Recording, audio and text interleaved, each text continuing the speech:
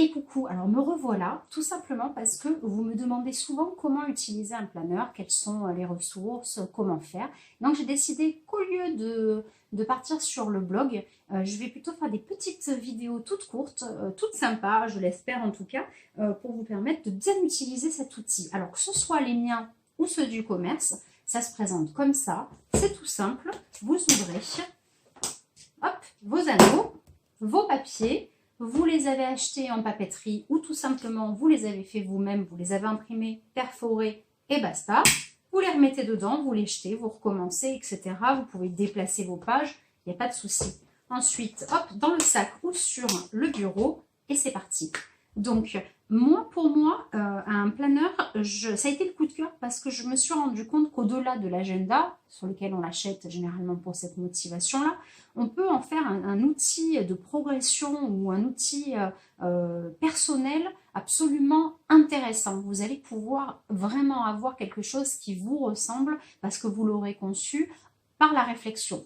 On va y revenir de toute manière parce que je vais le faire avec vous. Je vais me filmer un petit peu dans toute la démarche que je vais mettre en place pour pouvoir me créer ma structure de 2018-2019 en intégrant mes projets. Voilà, donc vous allez un petit peu voir la manière dont moi je réagis. Et le but, c'est pas de m'imiter, c'est peut-être également un peu, oui, de s'inspirer, mais surtout de trouver votre manière de fonctionner, votre partie. Alors moi, je vais aller vers le développement personnel, parce que je lis beaucoup et que j'ai plein de projets et que j'ai besoin d'un support pour les mener.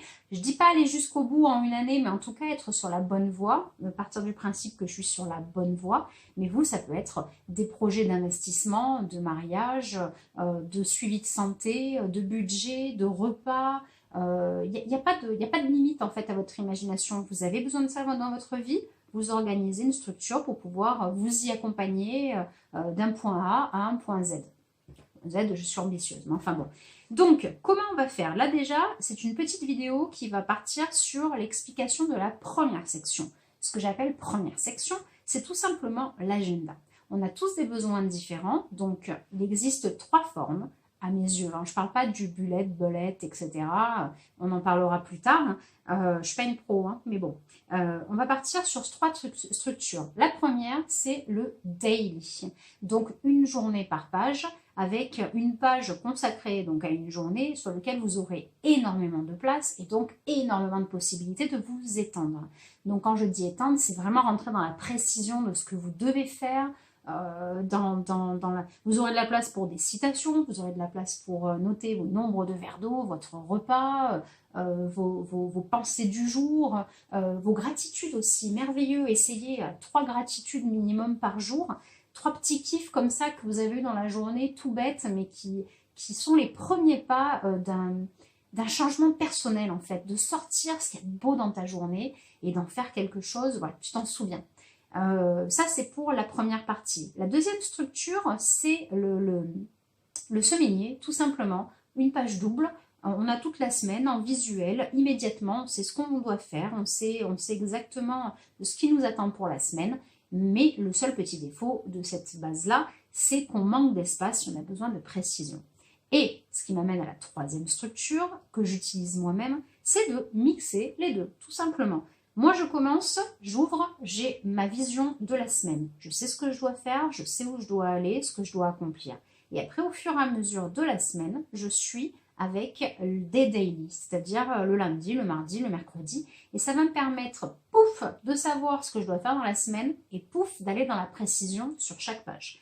C'est un cas particulier, moi j'ai besoin de travailler de cette manière-là, puisque quand vous allez me passer une commande, la commande c'est moi qui vais la créer. Donc je vais avoir besoin d'avoir des détails comme les tissus, les motifs, est-ce que vous voulez un prénom, lequel, voilà. Donc tout va être inscrit.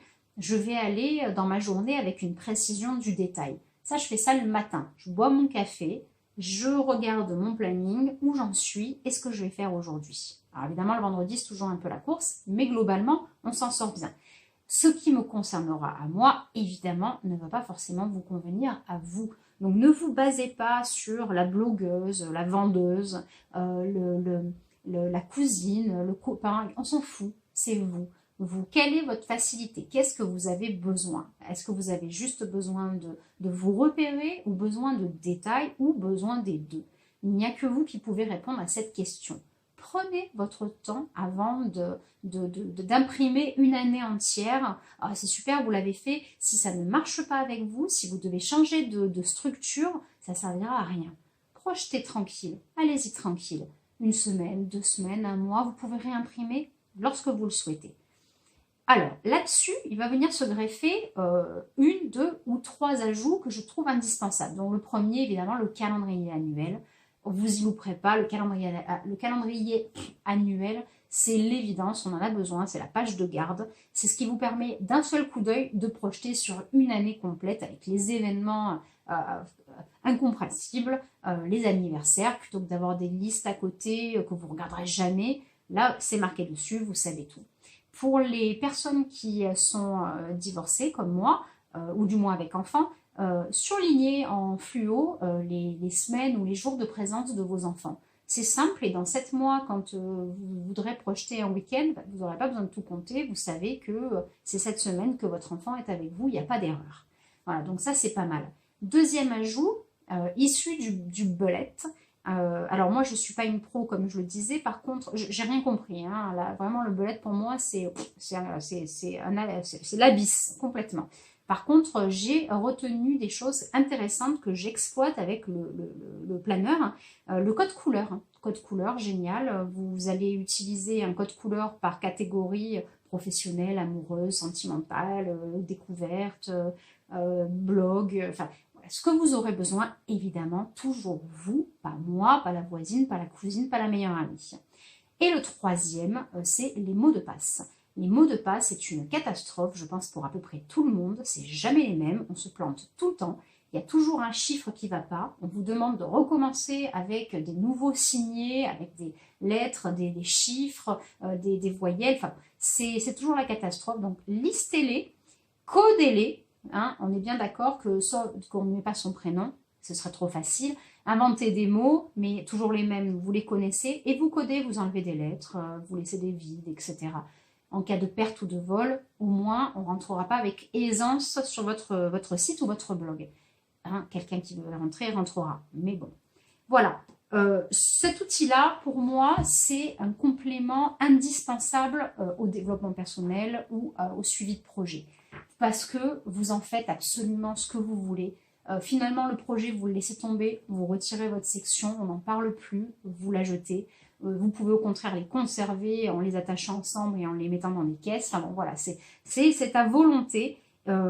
Et je pense qu'on tient là quelque chose de très intéressant pour pouvoir avoir un support qui soit consultable à n'importe quel moment et surtout qui vous lance dans le challenge. Voilà. Comme moi, passer en vidéo, alors que pour moi, on passe en vidéo quand on mesure 1m80, qu'on est mince comme une plume et qu'on est magnifique et jeune et toutes ces bêtises voilà, auxquelles je dis fuck maintenant et donc je passe à l'image. Voilà, je vous remercie de m'avoir écouté. On va continuer ensuite sur le développement personnel beaucoup plus en détail. Donc, on va vraiment travailler sur plein de petites vidéos. J'espère qu'elles vous intéresseront. J'espère que vous aurez au moins un petit peu appris pour la première, qui est un petit peu la base. Et je vous remercie de m'avoir suivi et passé une bonne journée.